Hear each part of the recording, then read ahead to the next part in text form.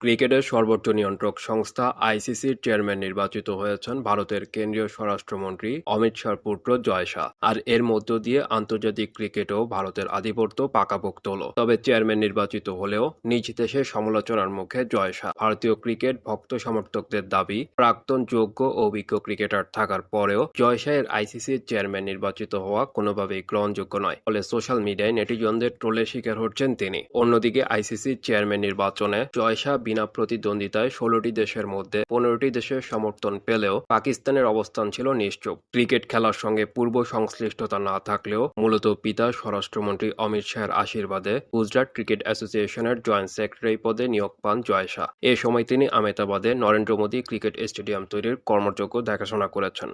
Gujarat cricket association ছাড়াও তিনি BCCI secretary পদে এবং এশিয়ান ক্রিকেট কাউন্সিলের প্রেসিডেন্ট পদেও দায়িত্ব পালন করেছেন। জয় শাহ প্রথম সমালোচনায় আসেন সংবাদ মাধ্যম দ্য ওয়ারের প্রকাশিত একটি প্রতিবেদনের মাধ্যমে, যেখানে বলা হয় নরেন্দ্র মোদী ভারতের প্রধানমন্ত্রী নির্বাচিত হওয়ার 1 বছর পরেই জয় শাহের ব্যবসার আয় 16,000 গুণ বেড়ে যায়।